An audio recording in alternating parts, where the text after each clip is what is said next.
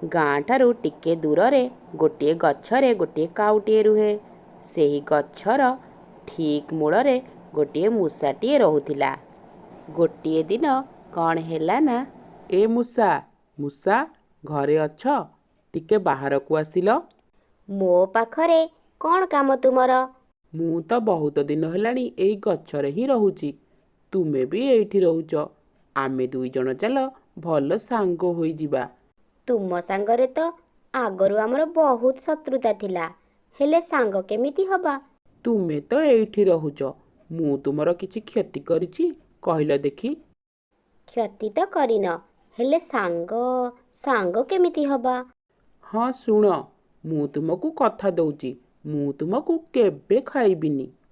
ଏମିତି ଭାବରେ ମୂଷା ଓ କାଉ ଭିତରେ ବହୁତ କଥାବାର୍ତ୍ତା ହେଲା। କେତେ ସମୟ ଯିବା ପରେ ମୂଷା ଯାଇ କାଉ କଥାରେ ରାଜି ହୋଇଗଲା। ହଉ ଠିକ୍ ଅଛି, ତାହେଲେ ଆଜିଠାରୁ ଆମେ ଦୁଇ ଜଣ ସାଙ୍ଗ ହୋଇଗଲେ। ଏମିତି ଭାବେ ଦୁଇ ଜଣଙ୍କ ଭିତରେ ମିତ୍ରତା ହୋଇଗଲା। ଏମିତି କିଛି ଦିନ ବିତିଗଲା। ମୁଁ ଆଉ ଏଠାରେ ଶାନ୍ତିରେ ରହିପାରିବିନି। କାହିଁକି? ଏଠାରେ କ'ଣ ଅସୁବିଧା ହେଲା କି? ଶିକାରୀଟି ପ୍ରାୟ ସମୟ ଏହି ରାସ୍ତା ଦେଇ ଯିବା ଆସିବା କରୁଛି। ତାହେଲେ ଆମେ କ'ଣ କରିବା? ଏଇଠୁ ଟିକେ ଦୂରରେ ଗୋଟିଏ ନଦୀ ଅଛି। ସେହି ନଦୀ ପାଖରେ ମୁଁ ଗୋଟିଏ ଜାଗା ଦେଖିଛି। ସେଇ ଜାଗାଟା ବହୁତ ସୁନ୍ଦର। ସେଠି ବି ମୋର ଗୋଟିଏ ସାଙ୍ଗ କଇଁଛ ରହୁଛି। ଆଉ ସେଠି ବି ଖାଇବା ପିଇବାରେ କିଛି ହେଲେ ଅସୁବିଧା ନାହିଁ। ଚାଲ ଆମେ ସେଠାକୁ ଚାଲିଯିବା। ଠିକ୍ ଅଛି ସାଙ୍ଗ, ତୁମର ଯାହା ଇଚ୍ଛା। କାଉଟି ଗୋଟିଏ ମୁଣି ଭିତରେ ମୂଷାକୁ ପୁରାଇ ସେହି ନୂଆ ଜାଗାକୁ ନେଇ ଉଡ଼ିଗଲା। କିଛି ସମୟ ପରେ ସେହି ନୂଆ ଜାଗାରେ ଯାଇ ପହଞ୍ଚିଗଲା। ଆରେ ସାଙ୍ଗ କାଉ, ତୁମେ ଏଠାରେ? ବହୁତ ଦିନ ପରେ ଦେଖା ତୁମ ସହିତ। ଆଚ୍ଛା, ୟା ଭିତରେ ପୁଣି କିଏ? ୟା ଭିତରେ ମୋର ଗୋଟିଏ ନୂଆ ସାଙ୍ଗ ଅଛି। ଓହୋ, ମୁଁ ଭାବିଲି ମୁଣି ଭିତରେ ତୁମର କିଛି ଖାଇବା ଜିନିଷ ଅଛି ବୋଲି। ଆରେ ସାଙ୍ଗ, ମୋତେ ବାହାରକୁ କାଢ଼। କାଉ ମୂଷା ବିଷୟରେ ବହୁତ ଭଲ କଥା କଇଁଛକୁ ଶୁଣାଇଲା। ତୁମେ ତ ସତରେ ବହୁତ ଭଲ ମୂଷା। ଓହୋ, ଏମିତି କ'ଣ କହୁଛ ଯେ? ଆଉ ମୋତେ ଏମିତି କହିକି ଲଜ୍ଜା ଦିଅନି। ଗୋଟିଏ ଦିନ ତିନି ଜଣ ସାଙ୍ଗ ମିଶି କଥାବାର୍ତ୍ତା ହେଉଥିଲେ। ହଠାତ୍ ଦେଖିଲେ ଗୋଟିଏ ହରିଣଟିଏ ଜୋରେ ଦୌଡ଼ି ଦୌଡ଼ି ମାଡ଼ି ଆସୁଛି। ଆରେ ଇଏ କ'ଣ? ନିଶ୍ଚିତ ହରିଣକୁ କିଏ ଗୋଟେ ଶିକାରୀ ଗୋଡ଼େଇଛି ବୋଧେ। ଚାଲ ସେଠି ଆମେ ଲୁଚିକି ଦେଖିବା ପ୍ରକୃତରେ ସତଟା କ'ଣ। ଠିକ୍ ଅଛି, ତୁମେ ଦୁଇ ଜଣ ସେଠି ତଳେ ଲୁଚିକି ଦେଖିବ। ମୁଁ ଗଛର ଡାଳରେ ବସିଯିବି ଆଉ ଦେଖିବି ଶିକାରୀ ଆସୁଛି କି ନାହିଁ। ତାପରେ ତିନି ଜଣ ଯାକ ସାଙ୍ଗ ଲୁଚିକି ଦେଖିଲେ ହରିଣଟି ନଦୀରୁ ପାଣି ପିଇ ଗଛ ତଳେ ଆସି ଛିଡ଼ା ହେଲା। ଆରେ ସାଙ୍ଗମାନେ, ହରିଣ ପାଖକୁ ଆସ। ତା ପଛରେ କେହି ବି ହେଲେ ଶିକାରୀ ଆସିନାହାନ୍ତି। ତାପରେ ମୂଷା ଓ କଇଁଛ ବୁଦା ଭିତରୁ ବାହାରି ହରିଣ ପାଖକୁ ଆସିଲେ। ମୂଷା ହରିଣକୁ କହିଲା, ତୁମେ କେଉଁଠୁ ଆସିଲ? ତୁମେ ଏତେ ଅସ୍ଥିର କ'ଣ ପାଇଁ ଦେଖାଯାଉଛ?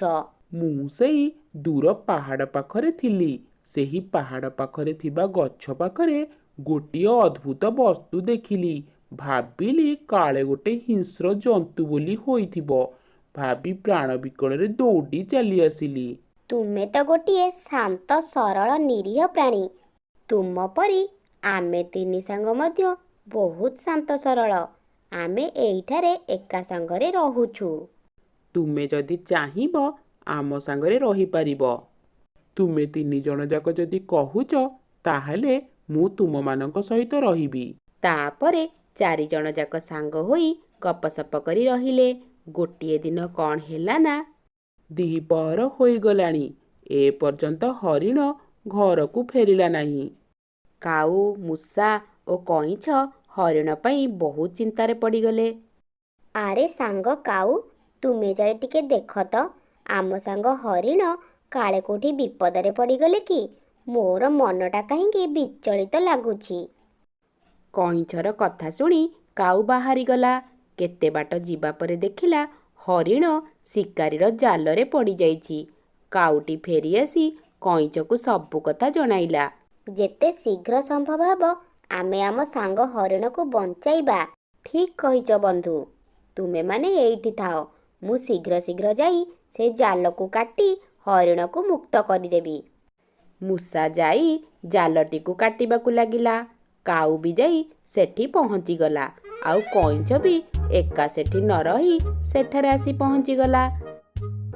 ସାଙ୍ଗମାନେ, ଯେତେ ଶୀଘ୍ର ପାରିବା ଏ ଜାଗା ଛାଡ଼ି ଚାଲ ପଳେଇବା। ଶିକାରୀଟି ଏଠାକୁ ଯେତେବେଳେ ହେଲେ ବି ଚାଲି ଆସିବ। ଆରେ ସାଙ୍ଗ କଇଁଛ, ତୁମେ କାହିଁକି ଏଠାକୁ ଆସୁଥିଲ? ତୁମକୁ ତ ମୁଁ କହିଥିଲି ଘରେ ରହିବା ପାଇଁ।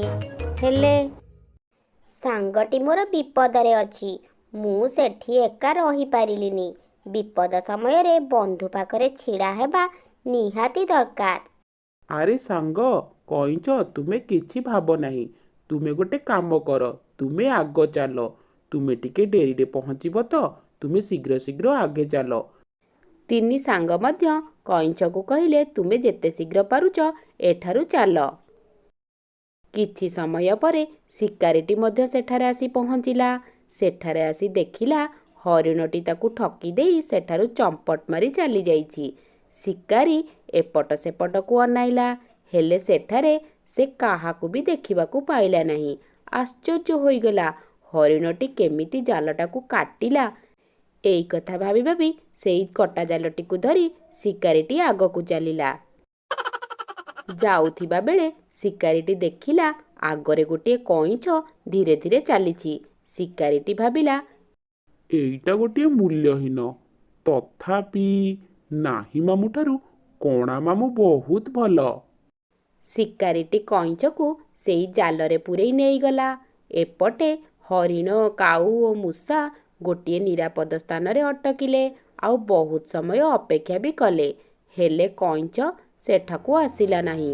ତାପରେ ସେମାନେ ଭାବିଲେ କଇଁଛଟି ନିଶ୍ଚୟ ଶିକାରୀର ହାତରେ ଧରା ପଡ଼ିଯାଇଛି ବୋଧେ। ଏସବୁ ମୋରି ପାଇଁ ହେଲା।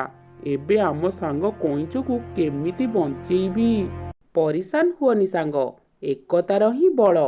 ଆମେ ସମସ୍ତେ ଯେବେ ପର୍ଯ୍ୟନ୍ତ ଏକାଠି ଥିବା ସେବେ ପର୍ଯ୍ୟନ୍ତ ଆମର କେହି କିଛି କ୍ଷତି କରିପାରିବେନି। ଆମ ଦ୍ୱାରା ସବୁ କିଛି ସମ୍ଭବ। ଆମକୁ ତାହେଲେ କ'ଣ କରିବାକୁ ହେବ କୁହ? ତାପରେ ସମସ୍ତେ ମିଶି ତାଙ୍କର ଗୋଟିଏ ଆଇଡିଆ ବାହାର କଲେ। ନିଜ ନିଜ ଭିତରେ ସେଇ ଆଇଡିଆଟିକୁ କହିଲେ, ଚାଲ ଆମେ ଏବେ ଏପରି ହିଁ କରିବା। ଆରେ ଏଠି କ'ଣ ଗୋଟିଏ ହରିଣଟେ ମରିକି ପଡ଼ିଛି। ୟାକୁ ନେଇକି କ'ଣ କରିବି ଯେ? ହଁ, କିଛି ନହେଲେ ଆ ଚମଡ଼ାକୁ ତ ବିକି କିଛି ଟଙ୍କା ପାଇପାରିବି। ଏଇ କଥା ଭାବି ଶିକାରୀଟି ହରିଣର ପାଖକୁ ଯାଇ ଦେଖିଲା ହରିଣଟି ବଞ୍ଚିଛି। ଆରେ ମୁଁ ଯାହା ଭାବୁଥିଲି ସେଇଆ ତ ନୁହଁ, ଇଏ ତ ବଞ୍ଚିଛି। ଯେତେ ଶୀଘ୍ର ଆକୁ ଆଗ ଜାଲ ଭିତରେ ପୁରାଏ। ଯେତେବେଳେ ଶିକାରୀଟି ଜାଲଟିକୁ ତଳେ ଥୋଇଛି, ହରିଣଟି ଜୋରରେ ଦୌଡ଼ିଲା। ଶିକାରୀଟି ମଧ୍ୟ ହରିଣର ପଛେ ପଛେ ଦୌଡ଼ିଲା। ଆରେ ସାଙ୍ଗ, ମୁଁ ଆସିଯାଇଛି, ତୁମେ କିଛି ଭୟ କର ନାହିଁ। ଏମିତି କହି ଜାଲଟି କାଟି କଇଁଛକୁ ଉଦ୍ଧାର କଲା ମୂଷା। ଧନ୍ୟବାଦ ସାଙ୍ଗ। ସାଙ୍ଗ ଭିତରେ କ'ଣ ଧନ୍ୟବାଦ କହୁଛ? ତୁମେ ଗୋଟିଏ କାମ କର, ଗୋଟିଏ ନିରାପଦ ସ୍ଥାନରେ ଯାଇ ଲୁଚି ପଡ଼। କାଉଟି ଉଡ଼ି ଉଡ଼ି ଆସି ହରିଣକୁ କହିଲା, ଆରେ ସାଙ୍ଗ ହରିଣ, ଆମ ଆଇଡିଆଟା ପୁରା ଠିକ୍ ଠାକ୍ କାମ ଦେଲା। ତୁମେ ଏବେ ଯାଇ ଗୋଟିଏ ନିରାପଦ ସ୍ଥାନରେ ଲୁଚି ପଡ଼। ହରିଣଟି ଗୋଟିଏ ନିରାପଦ ସ୍ଥାନରେ ରହିଗଲା। ଶିକାରୀଟି ହରିଣକୁ ନ ପାଇ ତା ଜାଲ ପାଖକୁ ଫେରି ଆସିଲା। ଦେଖିଲା ଜାଲଟି ବି ପଡ଼ିଛି, କଇଁଚଟି ବି ପଳେଇଛି। ସେ ତା ଜାଲଟିକୁ ଧରି ତାର ଘରକୁ ଫେରି ଆସିଲା। ତାପରେ ହରିଣ, କାଉ, ମୂଷା ଓ କଇଁଛ ଜଙ୍ଗଲରେ ଗୋଟିଏ ଜାଗାରେ ଚାରି ସାଙ୍ଗ ଯାକ ଆରାମରେ ରହିଲେ।